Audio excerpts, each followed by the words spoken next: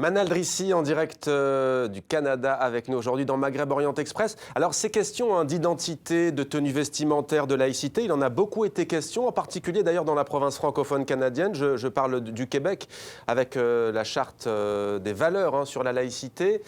Vous avez dû à un moment donné intervenir sur Internet. Vous avez pris ce sujet à bras-le-corps pour mieux dénoncer certaines choses. Qu'est-ce qui vous a frappé, vous, Manal Drissi, tout au long de ce débat sur le port du voile, par exemple?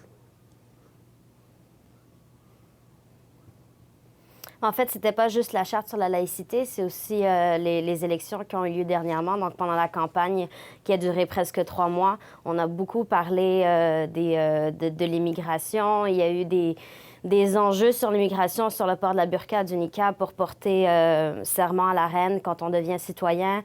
Donc, il y a eu beaucoup d'enjeux dernièrement sur le sujet. Et puis, à un moment donné, j'ai commencé à faire des recherches parce que, justement, c'est Océane Rosemary, je crois, qui disait j'ai réalisé sur le tard que j'étais blanche. Moi, j'ai réalisé sur le tard que je ne l'étais pas. Donc, je me suis toujours sentie chez moi au Canada. Je me suis toujours sentie comme tout le monde jusqu'à ce que ces enjeux-là commencent à ressortir et qu'on commence à dire les immigrants ne sont pas pareils, il faut faire quelque chose, il faut arrêter l'immigration, il faut ci, il faut ça. Donc, j'ai commencé à m'informer pour finalement me rendre compte que les idées préconçues, il y avait beaucoup de stigmates qui entourent ça et c'est des choses ce ne sont pas des faits. Donc, on parle des immigrants avec des a priori, alors que quand on regarde les faits, c'est pas toujours, ça ressemble pas toujours à l'opinion publique.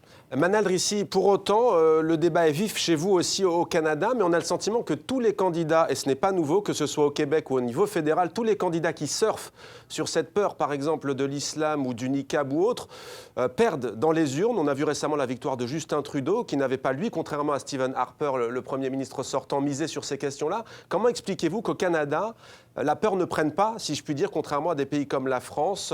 Est-ce le passé colonial, par exemple, que ne connaît pas le Canada, même si votre pays a aussi une histoire douloureuse avec les Amérindiens?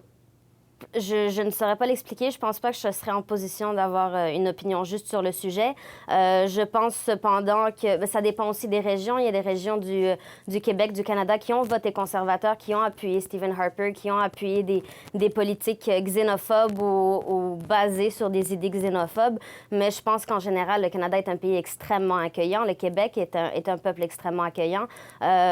Donc, voilà, ça dépend vraiment. Mais je crois qu'en général, les gens veulent être accueillants, ils veulent être généreux. Et puis, quand on entend dans les médias des idées xénophobes et des nouvelles xénophobes, ça change l'opinion des gens qui n'ont peut-être pas eu affaire dans leur vie en général à des immigrants et puis qui se font des idées préconçues à partir de ce qu'ils entendent à la place d'aller eux-mêmes de l'avant et voir qu'est-ce qui se passe sur le terrain.